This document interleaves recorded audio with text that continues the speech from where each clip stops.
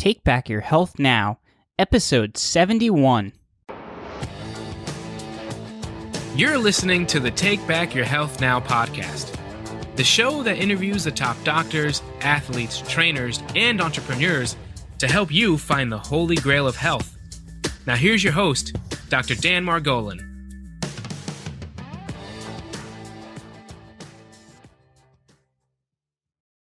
This is Dr. Dan Margolin with another segment of Take Back Your Health Now, where we pull out all the stops in search of health's holy grail. We're excited to have Liz Nierzwicki. She first caught the public's eye as one of the nation's top experts teaching internal peace and self-love practices by way of proper thinking, proper workouts, nutrition science, and meditation in her best-selling book, Happy, Healthy, Fit. Since the book's release in 2016, her work has expanded, deepened, and spiraled in several key directions, all of which reflect her passion for exploring how people can use meditation, visualization, quantum physics — I got to ask you about that, Liz — and focused action to break old patterns and create new habits that heal the body and allow you to deliberately create a happy, healthy, and rewarding life. Liz is also the founder and owner of Solace Yoga Studio and Solace Yoga School, a Yoga Alliance nationally accredited yoga teacher training program, which has certified over 27 yoga teachers, creator of the worldwide nutrition and exercise science-based program called FigureFit, giving people their very own personal trainer where and when they need it most. When not on the speaker circuit leading a mastermind group or writing, Liz teaches workshops and events at her flagship yoga studio in Mishawaka, Indiana. Liz, welcome to the show. Thank you so much. We are so excited to have you on board. Liz, talk to us. Take us back. I mean, you've done a lot of things. You're a mom. Just add to that bio a little bit. Almost too much, I'll be honest with you. It's kind of like I say on my LinkedIn profile, it's a blessing and a curse to be a creative. Because I'm like, squirrel, okay, let's go do that one. But luckily, a lot of the ones that I have, poured my heart into have actually been quite, and I'm really happy with my journey. I truly believe that we are gods and goddesses. We are just divine, and that our purpose is whatever we want it to be. Like, we have a mission, and we can do whatever we can create. We have to just keep our focus. And, I believe that when you have a dream and you just keep into it and you're following your heart, you just can't go wrong. That's my true belief. Liz, I've heard people say that you sort of know your purpose by the time you're 3 or 4 years old. When do you think most people actually know what their purpose is? Well, that's a good question. I don't know about 3 or 4, but I mean, I've heard that. I've heard even for myself. I don't know if I was quite that young, but I always knew that I wanted to be a doctor, and it goes back, probably honestly pretty young. Wow, that actually makes me stop and question, because I've always wanted to be a rock star. There you go. See? I think I'm take us. Well, you know what? I have to say this. To me, you are a rock star. How's that? Thank you. But so take us back to the beginning of your journey. How did this get started? Just take us back. Yeah. You know what? I was really, truthfully, the mindset stuff came in when I was, I've always been a rock star. I always wanted to do that. And the mindset stuff would trip. I had obsessive compulsive disorder, and I had no idea why I was doing this stuff. I was like, I just thought it was normal. But then one day I realized, I am wasting a lot of time doing these weird things that I'm doing. And give us an example. You mean cleaning things up? What do you mean by that? Clean. Yeah. Things had to be perfectly organized. This was when it got weird. I knew energy before I knew energy. I understand energy and how to utilize it for my benefit. And, our heart, the energetic field from our heart is felt, and they measure that now. And so back when I was younger, I didn't know. I just would have these feelings and this energy that it was I thought it was good luck or bad luck. So I would when I'd go in my bedroom, for example, if I had this feeling or a thought when I walked into my room that maybe wasn't the best, right when I took that as a signal that I just activated that thought, that energy. I just turned it on. So I would Right. turn it off. I would turn my light off, and I would say, nope, cancel, undo that. And then I would think a new thought, and I'd turn my light back on. And now, to me, it doesn't even seem bizarre, but back then it was, and I don't do that now. It's just mind over. It's the thought process. It's choosing. But I got to tell you, I've seen this with a lot of kids, and I know people say it's a disorder, but even for myself, I remember as a kid, like you had to touch something twice or it was bad luck. I mean, you would think all these kind of weird things, but I've just seen so many kids over the years that have a little bit of that, and I don't know. It almost seems to me like a sort of a normal part of growing up. Is that true for you now, looking back on it? Yeah, and especially now that you just said that, your purpose by 3 or 4, I just was like, oh my gosh, maybe that is so true, because I guess early on, I just didn't know, So Right. I think the children are so uninhibited and so what's the word? Like, influenced, they're Right. just not influenced yet. So the older they get, the more layers get put upon us, and we start doing funky things and thinking funky ways. And, it probably, a lot of it doesn't serve our best interest, what we really truly came here to do, and the person we truly innately are. Right. So, for me, it really started young. And so I wanted to study when I went to college. Well, and so before that, it was all about nutrition. I had a lot of digestive issues when I was younger. We ate the standard American diet. I had chronic constipation when I was growing up. And I just thought that going to the bathroom every 3 days was normal. And Wow. I knew it wasn't, but I didn't know how to fix myself. And out quite a bit to try to feel better. And we didn't know a lot about food. We had the high carb, low fat, high carb diet. And, we were thick, we were chubby. We weren't overweight, we weren't obese, because we were all pretty active. But we just had that American diet, So when I went to college, I chose one thing for me, which was psychology. And that was because I wanted to know why we humans do what we do. Part of it was because of my obsessive stuff when I was younger, but also because I didn't have a dad in my household when I was growing up, and I wanted to know why would he leave? Why would he not be there? I wanted to just know why we humans do what we do, and it's even beyond that. I was like a sponge in parties or family get-togethers. I would play, but I would sit back and I would observe, and I would soak in so much. I gotta stop you for two things I want to ask. So one, how old were you when your dad left your home? Do you still have a relationship with your dad, or is that something that you never had? Right now, I really don't have a relationship with my dad. Unfortunately, it's one of those circumstances where you just I tried for so long. So my dad actually had cheated on my mom, and when she was pregnant with me. So by the time I was born, he was really not there very much. Like, he was kind of in and out while, when I was young. But Right. me, it was just the 3 of us, my sister and my brother and my mom, and then myself. So the 3 of them and then me. So that was really normal to me. It wasn't, I didn't realize that until later on in my life that it was actually normal. I'm okay. That's why I'm so strong being independent, because I was always so independent. Yeah, this is another reason why, like, I could go totally detour to the right here. Well, I just got to say something, just because, I think there are certain people, like you said, they innately have certain abilities. They're searching. Like, as an example, when I did my residency, I trained under this couple, and the wife was so mean. Like, she was just horrible, right? Doing my residency, I lost 10 pounds that year. And at one point, I said, I got to learn how to handle this woman. And I went to the library. There was one of the colleges had a psychology library. And I spent a full day trying to search and find out how do you deal with somebody that is out of their freaking minds. You know what I mean? Like, how do you, somebody that is really aggressive and great. And I found no answers. I actually, later on in life, I did find the answer, but it wasn't where I thought it would be. It wasn't in those tombs of the psychiatry, psychology manuals. Did you find the same thing when you were searching for those answers about your dad?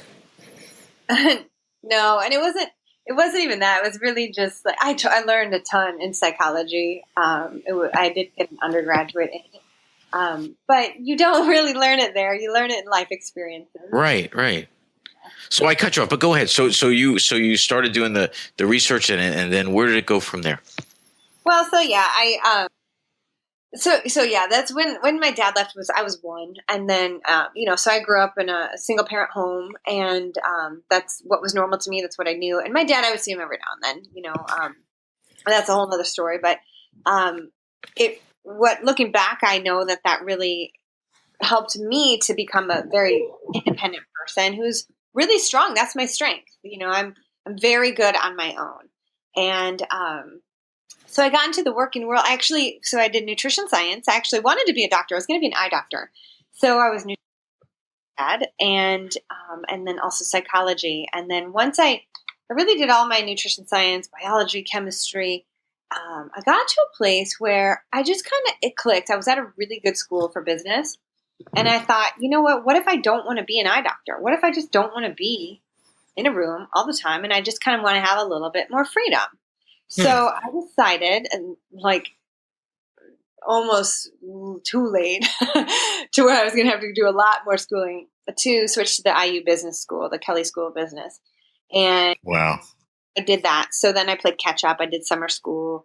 I went to international marketing in Finland, and that was incredible. Once I got that degree, I went out into the working world, and I started working in the corporate world in a sales type. And then on the side, I was always doing my own thing. I was working out.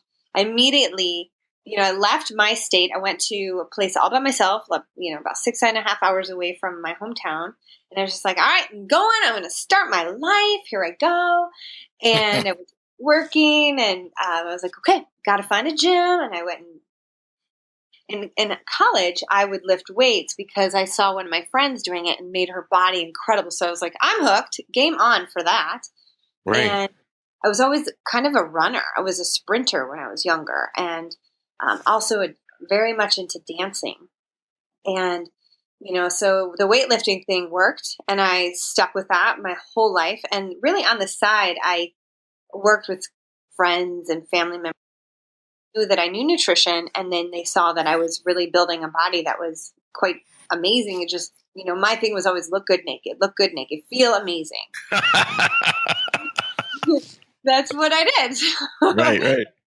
That's I'm so committed to that because, I really truly believe if you're not happy in your body, you're just not going to be happy. And that is an absolute fact for me. If I don't feel good in my body, I am not nice. Right. No, I understand. Total BI to people. If I'm not happy with my body, I'm kind of like, okay, everything else is going on pause. I got to go get happy again with my body. Okay. That's great. Well, let me ask you. So in college, just when you started weightlifting, when you're saying you started, did you jump right in 7 days a week or 5 days a week? What did you when you first started? How aggressively did you start? Oh yeah. It kind of became this thing to do, something to do, feel good. And, I didn't know what the heck I was doing. I taught myself over the years. I actually worked with some people there that knew what they were doing. So I had some good mentors at the gym that I went to when I was there.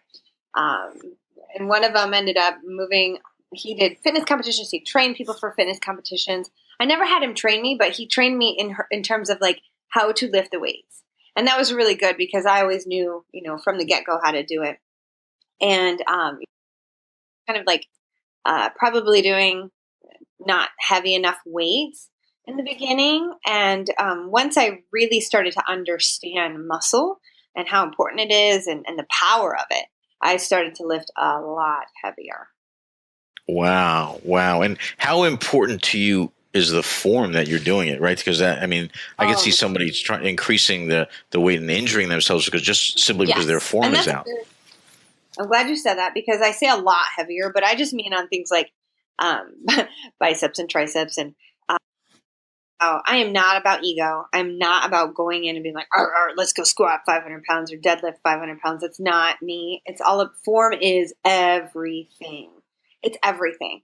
And when I was younger, I didn't mention this, but I broke my back when I was really young. I was sledding and I fell off of like a 20-foot drop, and I literally some of my lower vertebra in my back, and I couldn't walk for about a month. And my recovery was learning how to visualizing, really, and then pulling my navel into my spine, just to protect my low back. And they were like, okay, this is what you have to do for the rest of your life. Before you do any movement, you have to pull navel to spine and then move.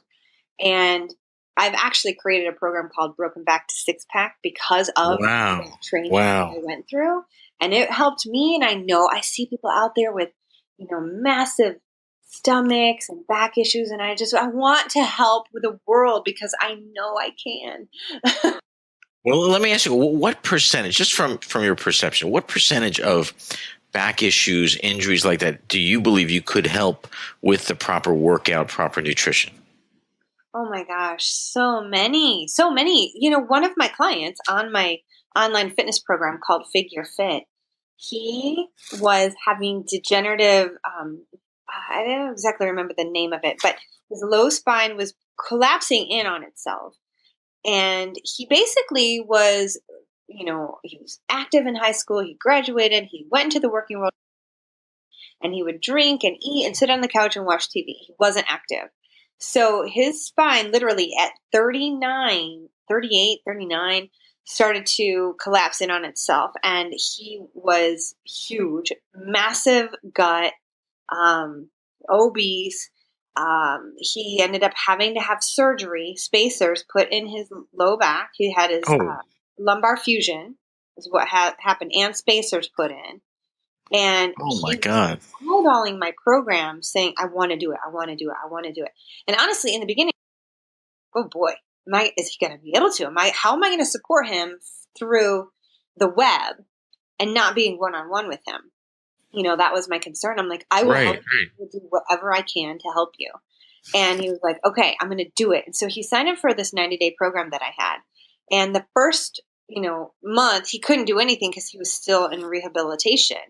And he's like, okay, I'm ready. I've gotten the clearance. I can work out now. And I said, okay, here's what you're going to do. And now see, for me as a yoga teacher, I teach body movement, functionality, like how to utilize your own body without the weight. So I was like, that's where we have to start with you. We need to make sure your form is everything and your form is on point. And then when you feel safe enough and your core feels strong enough and your back feels strong enough, you're going to know when you can add 5 pounds. You're going to know when you can add 10. And I told him, he had a weight limit, but I told him that he's going to have to start with 5 pounds. I said, you have to start here and you're going to have to go for a good amount of time at this weight range. Just now, when I was like, if you're doing bicep curls, that's a different story. But going through your core, utilizing that whole center area, we're going to start off with your own body weight. And that's what we did. And in a year and a half, he is now one of my spokesmodels. He has a 6-pack. Wow. He went from a huge gut to a 6-pack. His story is so incredible. I'm so happy for him because he's so happy with his body. He's so happy with the way he looks, and he's committed, Now let's look at that for a second. So to people that are listening to this, that are in a similar situation, right, to greater or lesser degree, walk us through how, their viewpoint, what it should be, how they should start. Just give us if you had him in front of you again, what would you say to him? Pretend we were actually coming to you for specific advice, saying, and we're out of shape. How do we do it? Yeah, and here's the thing. They got to want it. He wanted it. He was eyeballing it. He was like, oh, I hate to say this, but sometimes it takes a massive problem like that for people to wake up. To the fact that his spine was pretty much deteriorating. That was it. I mean, he had reached the bottom rung of the ladder. He was using a walker. Oh, wow.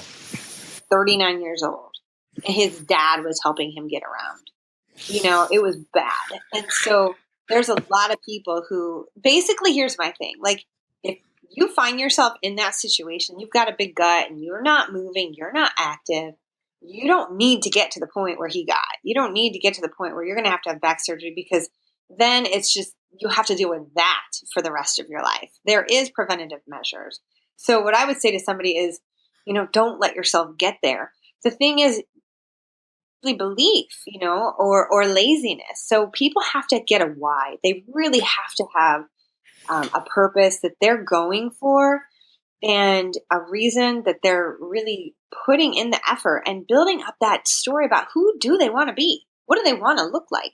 And I do a lot of mental work with people on visualization and seeing themselves living as that person, seeing themselves in that body. And honestly, that is the most important thing. You've got to have that vision, because if you don't, data, drag you along. You've got to be the creator of your reality. Otherwise, you are just being drug along. I remember my brother-in-law especially, he'll take pictures of a home that he wants to buy, and he'll cut it out and put it on his refrigerator. He's done that since we were kids, and he got the house. I mean, it's sort of the similar thing that you're saying, where you've got to really visualize. Do you also have people in some way cut out a body that they'd want on a magazine and put it on their refrigerator? How about that? Anything like that? Oh my gosh, that's so powerful. And I did. You don't have to be where he was. I just, like I said earlier, I wanted to look good naked. And there's a lot of people like that. There's a lot of women that I work with who just want a faster metabolism, or they just want their pre-baby body back, And so one of the things that really always inspired me was those fitness models that were on the cover of magazines that looked great, that had abs or just had a nice tight tushy.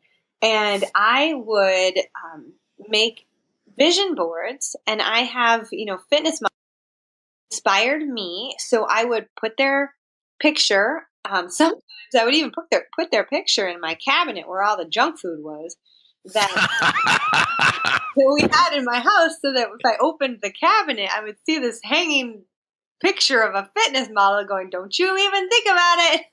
That's a great idea. What a great idea. And so, that's what I did. And what's the best part about it is, finally, I never even had this, I guess I did, but now I'm the one where people are putting pictures of me up. And that's just crazy to me.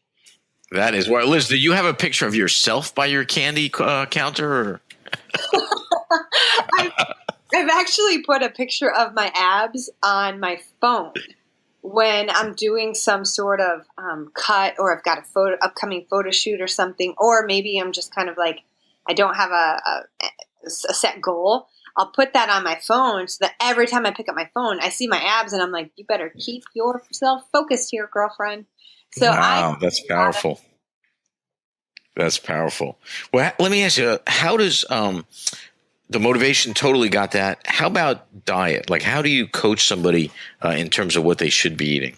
Mm-hmm. I am full paleo because, when I mentioned earlier, the standard American diet really messed me up when I was younger. And I cut out the grains and I cut out the dairy, and that helped my digestive system immensely. I became a regular person and I knew what it meant to be regular. And then I became paleo. I grains and dairy because one of my girlfriends was like, those allergies you're having might go away if you just cut out the grains and dairy. Just try it. And I was like, okay. So I did, and everything changed. Everything. My allergies. Liz, how quickly?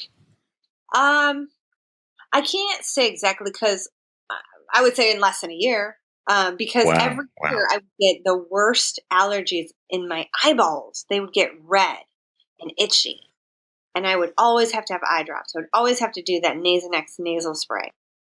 And I cut out the grains. I cut out the dairy. And honestly, within 30 days, I started to lose weight, just a little bit of weight. It wasn't a lot, but it was a little bit. And clarity, clear-headedness started to happen, just, it was a change. And then it wasn't even, I didn't even notice it until I was throwing out eye drops because I hadn't used them in so long. And I was like, I don't get eye allergies anymore. Oh my gosh. Wow. It was so bad. It was so bad that I was like rubbing my eye so hard that I actually got like a cut on my eye one time. And I had to get prescription eye drops, antibiotic eye drops because of that. And I just remember how bad that was. And all of that went away. So for me and my program, we have a paleo food list, and I really encourage people to eat only. And if they're still eating dairy or they're still eating grains, then I'm just giving them different things that they can choose instead, that might have, like, if it's a crunch thing or if it's a bread thing, then here, try this instead so that you don't feel like something is being taken away from you. What would be something instead of bread? What would be something that you would say would be a substitute? Well, you could. And nowadays, it's so easy to get like gluten-free bread at a store or Ezekiel bread. It's a little bit, it's different than the store-bought grain bread. Now, Liz, you also have recipes on your site, right? I mean, is that true? I do. Mm-hmm. Yeah. Wow. How did you? Are you a good cook, or is that something that began your? That's not something that I get into. I am a lazy cook. I would rather have like somebody cook for me. That's my Understood. Understood. Honestly, at one point in time, I was more into that than I am now. But because right now I am massively pouring myself into my business. I have my brick and mortar store, my yoga studio, and my yoga school. But I also have an online business, and I started my online business in 2014. That was FigureFit. And that did the 90-day transformation, the monthly workouts, the nutrition, the coaching. But then I recently branded myself. So I'm teaching people, the path of yoga, metaphysics, mental visualization. I'm taking all the stuff that my entrepreneurship and all the things from my yoga studio and all the fitness stuff, and I'm merging them underneath me as the brand. And wow, that's crazy. You just said metaphysics and stuff. I also noted we talked before about you had studied quantum physics. How does that relate to what you're doing? Just give us a quick rundown. Okay, so with the way that you think, the way that I'm going to go with two things here. So I love all the education I have because everything ties together. So the energy centers. This is easy for me to say in this way because Eastern medicine talks about chakras, right? And Western medicine is medicine, but we also know energy. We know that energy does not ever stop and it's got to go somewhere. So in the body, the chakra centers, are really like these key areas that spin. So your root chakra is your connection to the earth, security, survival. Your second one is your solar plexus. This is like your sensuality, your feeling of sexiness, your worth. Your core center is your solar plexus, and that's your self-worth, your confidence. And so those come up to your heart center, then your throat chakra, then your third eye, which is your intuition, and then your crown chakra, which is your opening to like the divine and the spirit.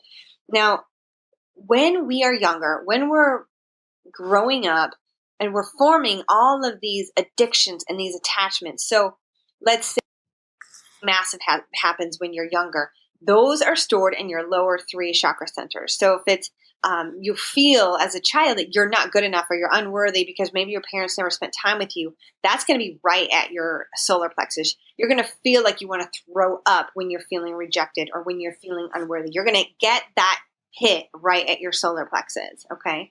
Now, these are rooted in, these are hooks. And the bottom three are where our hooks are. So it's your solar plexus, it's the confidence, worth, your feeling worthy, feeling loved is your sensuality or sacral. Secure is the root chakra. So all of these are where we form our addictions, okay? Mm-hmm. And then they come up and they kind of merge at your heart, and then the top down is where you really receive insights, So for me, what I do with my clients is I help them see where their hooks are. And we go through like a reprogramming and an unprogramming of what those are. And work. It really does. It's not, I say that and sometimes it may seem like it could be a scary thing or might scare people away. But the thing about it is, if you don't know, if you shine a spotlight on it, then you know. But see, a lot of people know what they are and they're just really unable to hook themselves. So life is always giving us these opportunities to change, to grow, to evolve past these things where we're limiting ourselves. And Sure. when we go into, I call it human transcendence. This is my coaching program that I teach people how to undo these hooks and reprogram themselves cellularly and neurologically. And this, Gotcha. because you have an automatic system, an automatic program that operates before you are even aware. Somebody can look at you funny and you feel rejection, or you feel the need to validate. And so my thing is helping people get past that point where rejection happens, getting past that need for validation and allowing them to bridge that gap from where they are to where they know they can be. And quantum physics is the changing cellular expression in the DNA expression. So it's more of visualization helps, healthy relationships help. Those are the only things that are going to help somebody reprogram and break old addictive habits. Very interesting. Very, very interesting. Liz, yeah, actually, I had heard there were experiments done where I forget exactly how it was, but they would take an atom and they would shoot it through a small aperture. And if an observer was watching it, the atom would behave differently than if there were no observer. And it's just interesting that there are things beyond really what we would think as our everyday things that do affect us. So I really appreciate you sharing that with us. One final question here, Liz. If I were to ask you what you think the holy grail of health is, what would you think that is? I have to say that I really feel it's your mindset and happiness.